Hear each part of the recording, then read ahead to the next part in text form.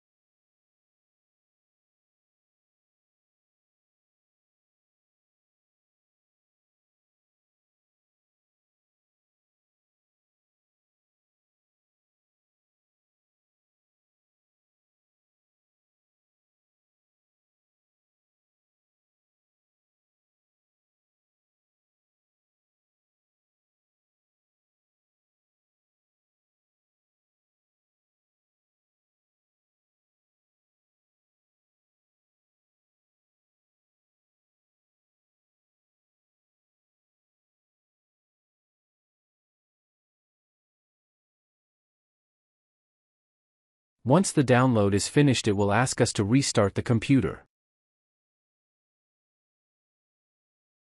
Now to find the launcher we go to the Windows search bar and search for CX1. Then in the CX Programmer map we can find the Programmer launcher.